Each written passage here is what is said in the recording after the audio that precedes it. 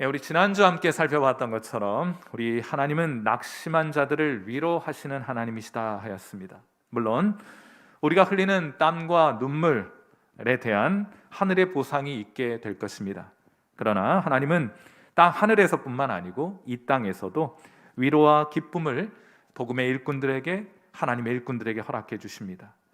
먼저는 믿음의 귀한 동역자들을 만나게 하심으로 그들의 마음을 기쁘고 위로받게 하실 뿐만 아니라 또한 우리가 땀 흘려 또 눈물 뿌려 수고했던 그 일들에 대한 풍성한 결실을 허락해 주심으로 성도들의, 우리가 사랑하는 성도들, 우리가 섬기는 성도들의 변화된 삶을 우리에게 허락해 주심으로 하나님은 우리를 위로해 주실 것입니다. 그러므로 하나님의 일꾼들은, 복음의 일꾼들은 낙심하지 않습니다. 포기하지 않습니다. 하나님은 바울이 쓴 눈물의 편지를 통해 이 역사를 고린도 교회 안에 이루셨습니다. 그리하여 고린도 교회 안에 부흥과 회개의 역사가 일어나게 되었고 바울에 대한 사랑이 다시금 회복되는 기적이 일어나게 되었어요. 자, 이렇게 바울과 고린도 교인들 사이에 관계가 회복되었고 신뢰가 다시금 구축이 되었는데 그러한 관계와 신뢰에 기초하여 고린도후서 8장과 9장에 걸쳐서 사도 바울은 가난한 성도들을 돕는 연보에 대해 말하기 시작합니다. 아주 때가 적절한 거예요. 관계가 깨어지고 소원한 상태에서 이 돈 혹은 헌금에 대한 가르침을 베푼다는 것은 아마 받아들이는 쪽에 있어서는 굉장히 좀 버거운 주제가 될 수 있을 텐데 이러한 신뢰 관계가 구축된 이후에 사도 바울은 올바른 성경적 헌금의 원리에 관하여 성도들에게 말하고 있습니다. 제가 오늘 여러분과 함께 나누게 될 설교 요점은 세 가지입니다. 그 첫 번째 요점은 이것인데 하나님께 은혜 받은 사람들은 나누게 되어 있다 하는 거예요. 우선 바울은 나눔과 관련된 모본을 하나 우리에게 소개해 줍니다. 고린도후서 8장 1절과 2절 말씀이에요. 우리 같이 한번 읽겠습니다. 시작. 형제들아, 하나님께서 마게도냐 교회들에게 주신 은혜를 우리가 너희에게 알리노니 환난의 많은 시련 가운데서 그들의 넘치는 기쁨과 극심한 가난이 그들의 풍성한 연보를 넘치도록 하게 하였느니라. 사실 성경을 읽으면 저는 이런 부분, 우리가 하나님을 알지 못했다면 이런 부분 이해할 수 없습니다. 어떻게 극심한 가난이 오히려 연보를 더욱더 풍성하게 해준다는 말입니까? 우리에게 가난이 찾아오고 극심한 가난이 우리에게 임하게 되면 당장 다른 사람 돕는 일부터 줄이고 중단하게 되지 않습니까? 그런데 어떻게 된 일인지 마게도냐 교인들은 극심한 가난이 그들에게 임하게 되었을 때 오히려 더 분발하여 풍성한 연보를 하나님 앞에 넘치도록 드렸다고 말하니 이게 이 세상의 논리로는 이해가 되질 않는 거예요. 마게도냐 교회들이라는 것은 아마도 빌립보 교회와 데살로니가 교회를 포함한 마게도냐 지역에 있었던 교회들을 뜻하는 것 같은데 이 교회들은 하나님께 큰 은혜를 받았습니다. 그 결과 이들은 극심한 가난 중에도 풍성한 연보를 하나님 앞에 드리게 되었다고 사도 바울은 말해요. 쉽게 말하면 자기들 먹을 것이 콩 한 쪽밖에 없는데 그걸 반쪽 나누어서 가난한 성도들, 자기들은 극심히 가난한데 그나마 가난한 성도들 돕는데 그 콩 반쪽을 사용했다는 뜻입니다. 이런 아름다운 전통이 교회의 전통 가운데 있는 거예요. 우리나라 초대 교회에도 이런 아름다운 이야기가 전해집니다. 어느 지역의 무당이 복음 듣고 예수 믿어 회개를 하게 됩니다. 그는 그 즉시 자기가 가지고 있던 그 우상과 또 구슬할 때 사용되는 그 북을 깨뜨려 버렸다는 거예요. 여러분, 그것이 무엇을 의미하는 것입니까? 신앙을 위하여 자기의 생계 수단을 아낌없이 포기해 버린 것이에요. 그는 그날 저녁 교회에 나와서 지난날 자기의 죄를 회개하고 자신의 신앙을 교회 앞에서 고백하게 됩니다. 그러자 이렇게 고백을 하고 사람들이 얼마나 감동을 했겠어요. 저 무당이 말이죠, 복음 듣고 예수 믿어 구원받았다 하니 얼마나 감동이 되었겠어요. 그러자 그때 그를 알고 지내던 교인 하나가 일어나서 그가 깨뜨려버린 북을 들고 왔어요. 그것을 내보이면서 하는 말이 빚더미에 올라앉은 그의 처지를 사람들에게 말해줍니다. 그가 생계 수단을 포기함으로 인해서 그간 졌던 빚뿐만 아니라 앞으로도 빚 갚을 일이 참 유연하고 또 어려운 형편이 되었다는 것을 말해주었습니다. 그러자 그 말을 듣고 있는 중에 한 노 부인이 자기가 입고 있던 흰 비단 두루마기를 벗어서 그가 있는 쪽으로 던져 놓았어요. 이에 다른 여인들도 자신의 반지며 자신의 은 비녀를 뽑아서 그가 있는 쪽으로 전달해 주었습니다. 그는 사람들의 이러한 호의에 감동하여 땅바닥에 엎드려 흐느끼며 말합니다. 이 무당이 말하는 거예요. 도대체 이 은혜가 다 무엇입니까? 그러자 한 교인이 그에게 조용히 다가와서 말합니다. 하나님을 알기 전엔 우리도 몰랐습니다. 이것이 모두 하나님의 은혜 때문입니다 하고 말해 주더래요. 사랑하는 성도 여러분, 이와 똑같은 일이, 이처럼 아름다운 일이 마게도냐 교회들 안에도 일어났던 것으로 보입니다. 그런데 제가 오늘 주목해 보고 싶은 것은 이러한 현상이 하나님의 은혜가 임한 곳에 나타나는 아주 보편적이고 지배적인 현상이구나 하는 것을 여러분들과 함께 나누고자 하는 거예요. 하나님의 은혜가 임하면 나누게 되어 있습니다. 그것이 하늘의 영적인 질서이고 법칙인 것 같아요.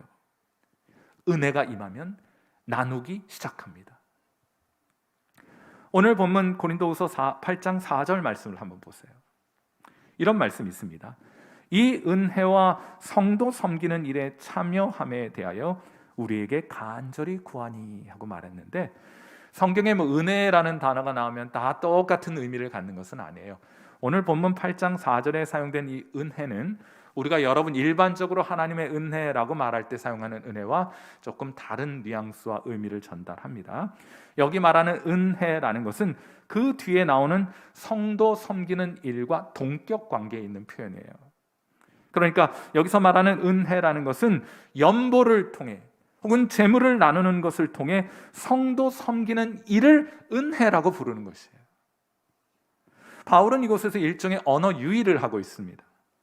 다시 한번 고린도후서 8장 1절 말씀을 보세요. 형제들아, 하나님께서 마게도냐 교회들에게 주신 은혜를 우리가 너희에게 알리노니. 여기 하나님께서 은혜를 주셨다라고 말할 때도 카리스라는 은혜라는 표현이 사용되었고, 성도들이 구제의 연보를 드려 성도들 돕고 섬겼다고 말할 때에도 카리스라는 똑같은, 매우 의도적으로 이 두 개의 구절에 사도 바울은 매우 기독교적인 표현인 카리스를, 곧 은혜라는 표현을 동시에 사용하고 있는 것이에요. 무엇을 말하고자 하는 것입니까? 이것을 통해 우리가 무엇을 알 수 있습니까? 이거예요. 하나님께 은혜 받으면 우리도 서로를 향해 은혜를 나누게 되는 것이다. 마게도냐 교인들은 은혜를 나누기 위해 극심한 가난 중에도 자신의 재물을 쪼개어 성도들과 나누었습니다. 여러분, 놀랍지 않습니까? 제가 목회하면서 가만히 보니까 사람들은요, 재산이 많다고 해서 잘 나누는 것이 아닌 것 같아요. 여러분도 동의하십니까? 또 그 반대로 가난하다고 해서 잘 나누는 것 같지도 않아요. 그럼 누가 나눕니까? 누가 풍성히 나누는 것입니까? 은혜 받은 사람이 나눠요. 나누는 것은 은혜가 임해야 합니다. 그래야 나눌 수 있게 되는 것 같아요. 형편 좀 나아지면 내가 많이 나누겠다, 저 그런 말 믿지 않습니다. 하나님의 은혜가 임하면 극심한 가난 중에도 성도들 돌아볼 마음을 가지게 되고 자신의 주머니를 열어서 그들을 구체적으로 돕고 섬기는 일들이 나타나더라고요. 언제요? 하나님의 은혜가 교회 안에, 성도 안에 임하게 되었을 때 나누는 현상들이 나타나더라. 이건 매우 보편적이고 지배적인 현상이라는 것을 알 수 있습니다. 고린도후서 8장 8절. 내가 명령으로 하는 말이 아니요. 여러분, 현금은 억지로 강제로 시켜서 할 수 있는 것이 아닙니다. 그렇게 하지 않겠습니다. 성일교회는 그렇게 성도들에게 헌금을 하라고 강요하지 않겠습니다. 강요한다고 해도 하지도 않겠지만 그렇게 하지도 않겠습니다. 내가 명령으로 하는 말이 아니요 오직 다른 이들의 간절함을 가지고 너희의 사랑의 진실함을 뭐라고요? 증명하고자 함이니라. 여러분이 하나님의 은혜를 받은 증거가 무엇입니까? 여러분이 하나님의 사랑을 깨달은 증거가 무엇입니까? 물질을 구체적으로 나누는 것을 통해 표현된다는 거예요. 적게 은혜 받은 사람은 적게 나누고자 하는 마음 가질 것이고, 많이 은혜 받은 사람들은 많이 나누게 될 것입니다. 여러분, 돈은 거짓말하지 않아요.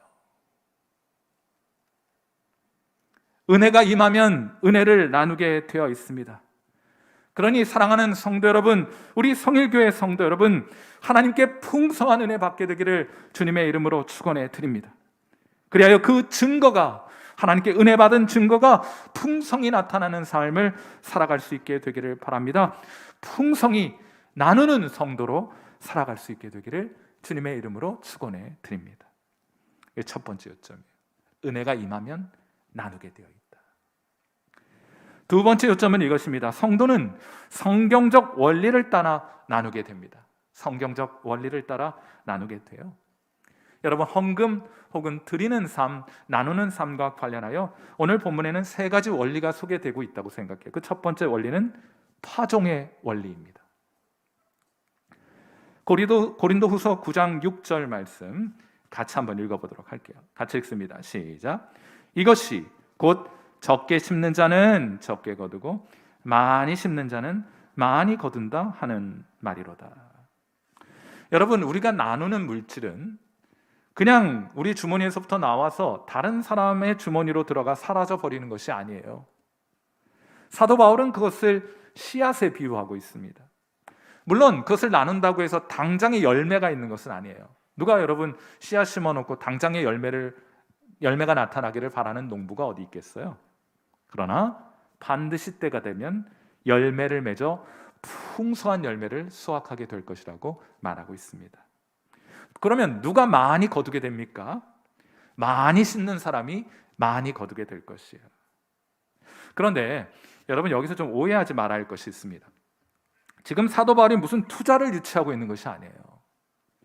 돈을 더 많이 벌기 위해서 더 많이 투자라고 말하는 것이 아닙니다. 성경을 오역하여서 그렇게 가르치는 사람들이 있다는 것을 제가 잘 알고 있는데, 그것은 성경의 가르침이 아닙니다. 그것은 진리가 아닙니다. 바울이 말하고자 하는 것은 돈 놓고 더 큰 돈 먹자는 것이 아니에요. 결코 그런 뜻이 아닙니다. 고린도후서 9장 10절 말씀을 보세요. 심는 자에게 씨와 먹을 양식을 주시는 이가 너희 심을 것을 주사 풍성하게 하시고 너희 의의 열매를 더하게 하시리니 하고 말을 해요.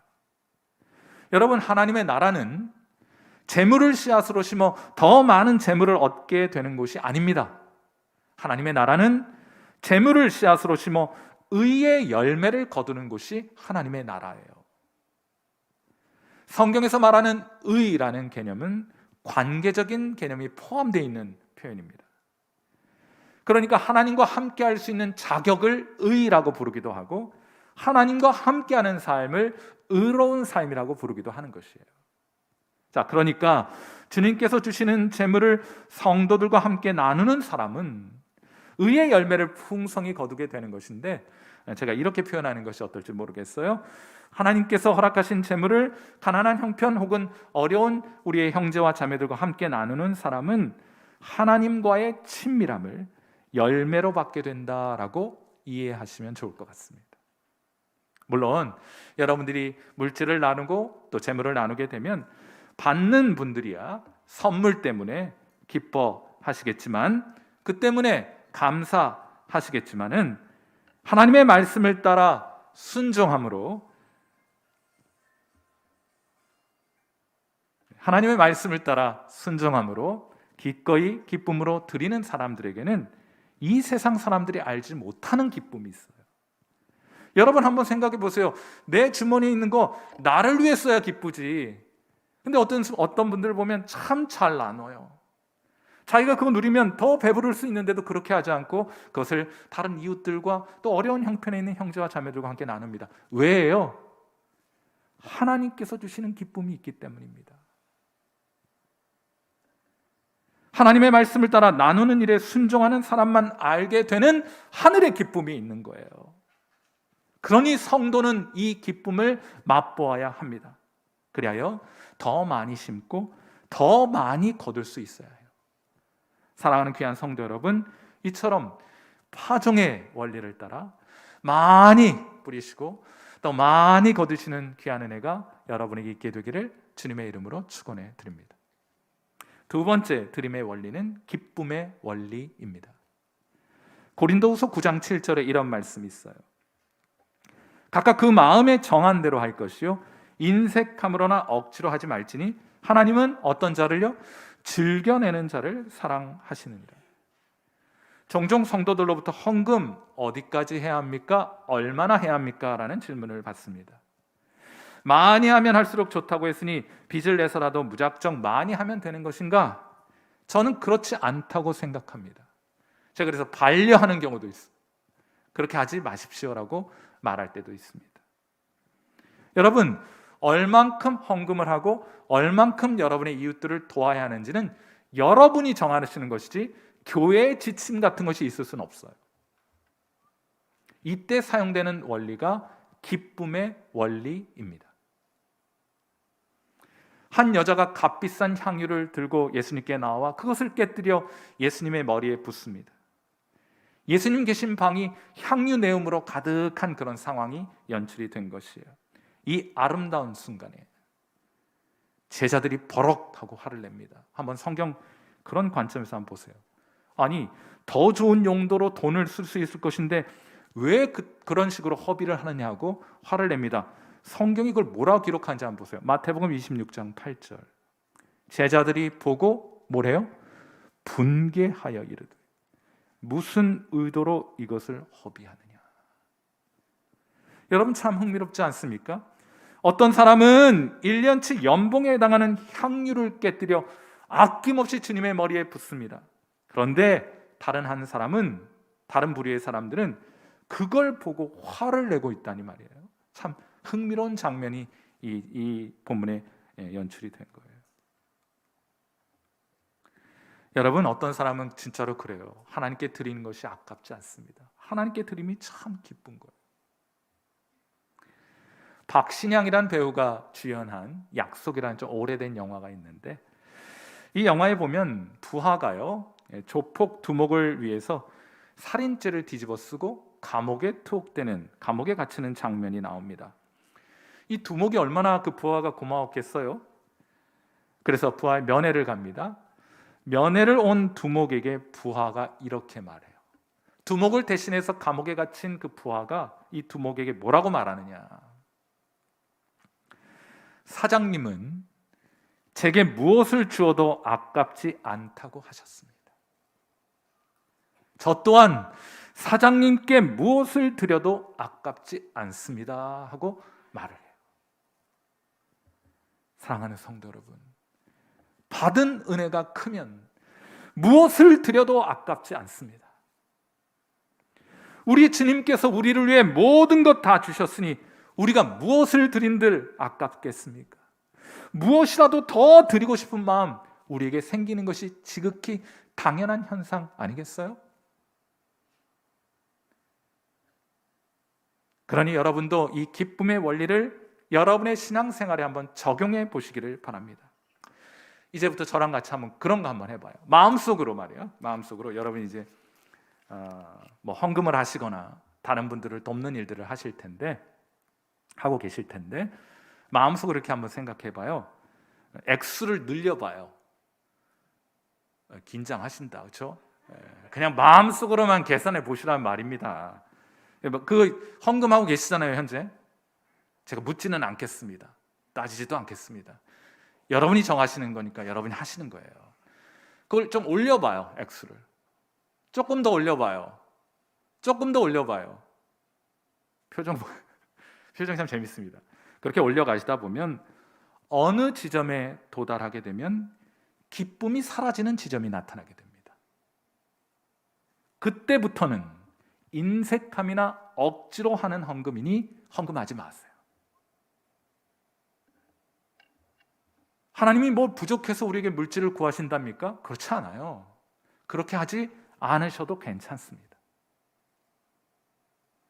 그런데 한 가지 흥미로운 것은 향유를 드린 여인을 책망했던 제자들도 나중엔 자신의 생명까지 주님께 드려 주님을 섬기는 일들이 나타나지 않습니까? 그래도 제자들은 기쁨으로 그 운명을 혹은 그 죽음을 받아들이게 되잖아요. 어떻게 그런 일들이 나타나게 된 것입니까? 하나님께 은혜 받았기 때문이에요. 헌금은 은혜의 문제입니다. 그러니 절대로 강요하면 안 되고 억지로 하게 해서도 안 된다고 저는 생각해요. 교회도 그런 것 조정하면 안 된다고 생각합니다. 그렇게 하지 않을 작정입니다. 다만 돈과 세상의 논리에 갇혀 있는 분들이 계세요.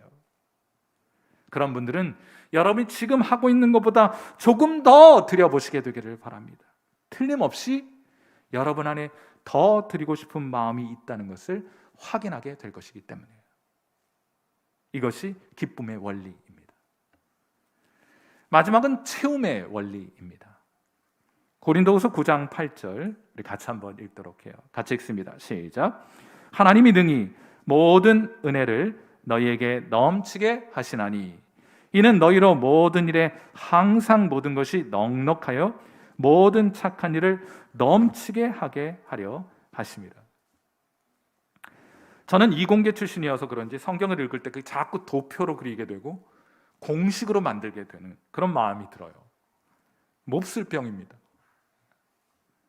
그래서 드리는 것과 관련해서 오늘 본문을 읽을 때 공식이 하나 떠오르더라고요. 이런 공식입니다. 여러분이 하나님께 혹은 이웃을 위해서 드릴 수 있는 최대의 분량을 계산하는 방법이에요. 어떻게 하는 것이냐? 여러분이 하나님께 받은 은혜가 있을 것입니다. 그리고 여러분은 여러분의 삶을 유지해가기에 필요한 물질적인 필요가 있을 것이에요.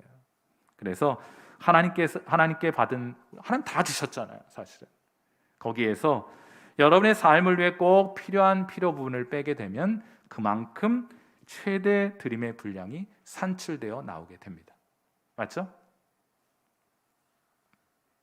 그런데 말이에요, 하나님은 우리에게 모든 은혜를 넘치게 하십니다. 물질적으로 넉넉하게 해주세요. 왜입니까? 우리에게 최대 드림의 분량을 늘려주셔서 우리로 하여금 착한 일을 넘치도록 하게 하시기 위해서 하나님은 여러분에게 물질적인 축복을 허락해 주실 것입니다. 그런데 하나님이 아무리 많이 주셔도 우리가 하는 착한 일의 양이 변하지 않는 경우가 발생해요. 어떤 경우입니까? 형편은 넉넉해지고 하나님은 많이 부어주셨는데 우리 자신의 필요도 덩달아 느리는 경우입니다. 하나님이 이웃을 도우라고 말이죠, 물질적인 축복과 넉넉함을 허락해 주셨는데 우리 차 좋은 것 바꾸고 우리 집 넓은 평수에 좋은 아파트 얻는 것에만 관심을 가진다면 여러분은 착한 일을 넘치도록 할 수 없습니다. 한 권사님이 실제로 세 딸이 결혼 정년기에 임했을 쯤 그들을 위해 기도하며 축복하며 기도했어요. 뭐라 기도하셨느냐? 하나님 아버지, 우리 딸들이 큰 부자 되게 하옵소서. 거룩한 부자 되기를 소원합니다. 딸들이 그리하여 재물로서 잃어버린 영혼들 구원하게 하시고 하나님 나라를 세우는데 사용하여 주옵소서. 딸들이 시집가서 머무는 곳에 반경 1km 안에 있는 고아와 과부와 객이 굶는 일이 있다면 그 모든 죄가 딸들의 머리로 돌아갈지어다. 예수님의 이름으로 기도합니다. 이게 축복일까요? 저주일까요? 반경 1km 안에 하나님 사랑하시는 고아와 과부와 나그네가 굶는 일이 있어 죄를 범하고 죄가 발생하거든 그 모든 죄의 대가가 내 딸들의 머리로 돌아오게 하옵소서 한 거예요. 딸들이 이 기도를 듣고 아멘을 할 수가 없었습니다. 그러자 권사님이 계속 기도합니다. 다시 기도하겠습니다. 하나님 아버지, 딸들이 머무는 곳 반경 10km 안에 있는 고아와 과부와 객이 굶는다면 여전히 아멘을 안 해요. 하나님 다시 기도합니다. 딸들이 머무는 곳 반경 20km, 반응이 없어요. 30km. 사태가 점점 심각해져 가자 딸들은 어머니의 기도를 잠시 멈추게 하고 즉각적으로 회의에 돌입하게 됩니다. 이렇게 있다가는 이 땅에서 발붙이고 살 수가 없겠구나. 그냥 1km로 아멘, 1km를 아멘으로 받자 결론을 냈어. 거지 없는 부자 동네 가서 살면 되겠지 했습니다. 그래서 1km로 타협을 보았어요. 사랑하는 성도 여러분, 이 세 딸 모두 하나님께서 주신 큰 은혜, 그 큰 축복받아 큰 사명 감당하면서 지금 잘 살아가고 계세요. 착한 일을 넘치도록 할 계획을 세우십시오. 하나님이 여러분을 채워 주실 것입니다. 극심한 가난 가운데 있던 한 사르밧 과부가 마지막 남은 가루와 기름, 그거로 떡 만들어서 아들 먹이고 그리고 이제 양식 떨어지면 굶어 죽으리라 하는 그런 상황이 있을 때 누가 나타납니까? 하나님의 사람 엘리야가 나타나잖아요. 그리고 그 기름, 그 가루로 떡 만들어 4개 가져와라 했어요. 사르밧 가구 어떻게 했습니까? 떡 만들어 엘리야에게, 하나님의 사람에게 전해주었어요. 그러자 어떤 일이 있었다고 성경이 기록합니까? 가뭄이 지속되는 수년간 동안 그녀의 기름병과 가루통은 마르지 않았다 하고 진술해 놓지 않았어요? 먼저 비우십시오. 먼저 드리십시오. 하나님이 채워 주실 것입니다. 한번 해보세요. 하나님 과연 살아계신지 한번 해보세요.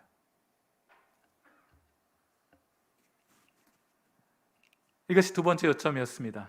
성도는 하나님께 은혜 받으면 드리게 돼요. 성경의 원리를 따라 드리게 됩니다. 그러므로 마지막 요점은 이것인데, 우리가 성경의 원리를 따라 나누고 드리게 되면 반드시 열매가 맺히게 될 것이다. 이미 살펴보았던 것처럼 나눔은 씨앗이 되고 그것이 자라면 의의 열매가 된다고 말씀을 드렸어요. 고린도후서 9장 10절입니다. 심는 자에게 씨와 먹을 양식을 주시는 이가 너희 심을 것을 주사 풍성하게 하시고. 걱정하지 말아요.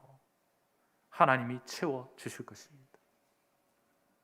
그리고 너의 의의 열매를 더하게 하시리니. 여기서 의의 열매는 하나님과의 관계 속에서 이해되어야 한다고 말씀을 드린 바 있습니다. 자, 이렇게 생각해 보죠. 우리가 어려운 형편에 있는 형제와 자매를 돕기 위해 우리의 재물을 나누게 되면 그걸 받는 분들은 얼마나 감사하겠어요. 저는 목회를 하면서 종종 그 중개사의 역할을 할 때가 있습니다. 어떤 분의 필요가 발생을 했는데 어떤 집사님이 그걸 아셨어요.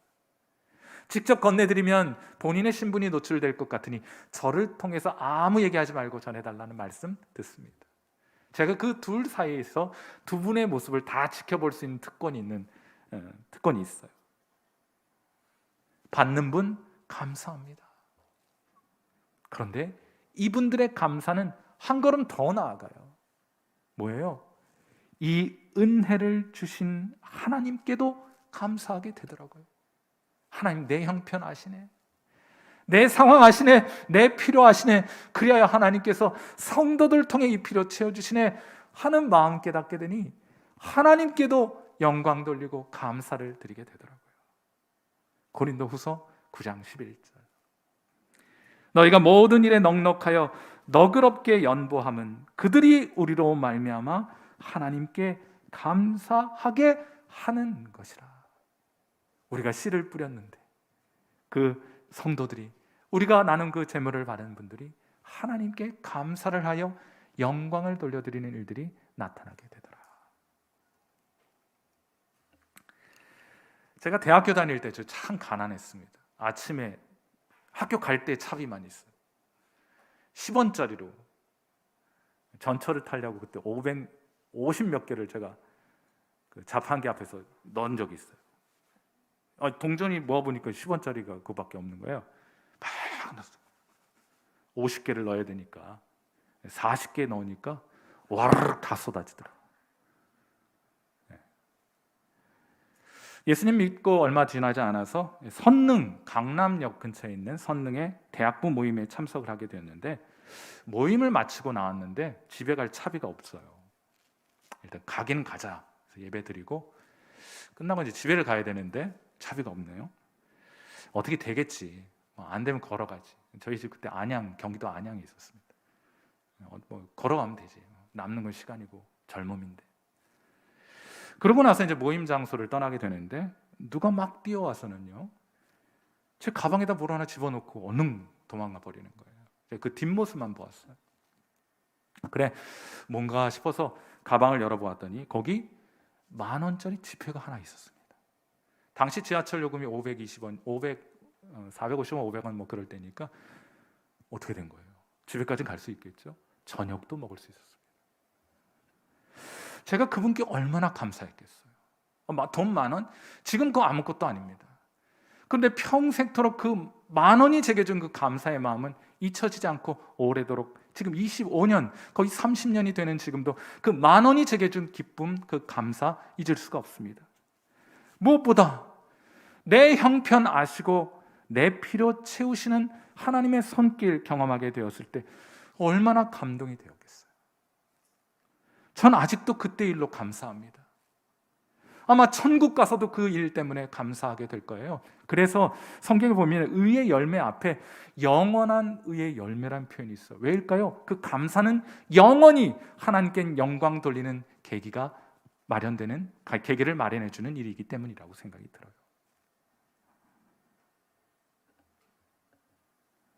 사랑하는 성도 여러분, 나눔의 씨앗을 심으면 감사의 열매가 맺히고, 그로 인해 그 풍성한 감사의 열매로 하나님께 영광을 돌려드릴 수 있게 되는 것이죠. 계속해서 그때 일을 기억하면서 감사하게 될 것입니다. 그 의의 열매가 영원하다고 그러므로 말할 수 있는 거예요.